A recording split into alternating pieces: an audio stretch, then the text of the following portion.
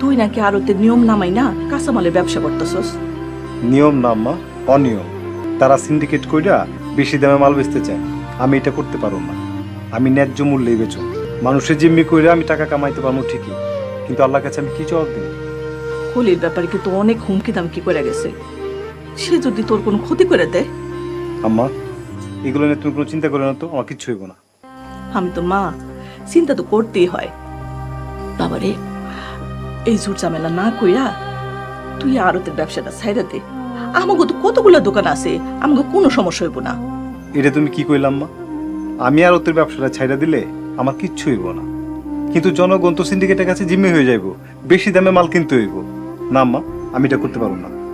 কিন্তু বাবা, তোর যদি কিছু হয়ে যায় তাহলে আমি কারে নিয়ে বাসুম, কত কি নিয়ে বাসুম? আল্লাহর রহমতে আমার কিচ্ছু হইব না, তুমি হুদাই চিন্তা করতেছো। খাও তো আম্মা, খাও।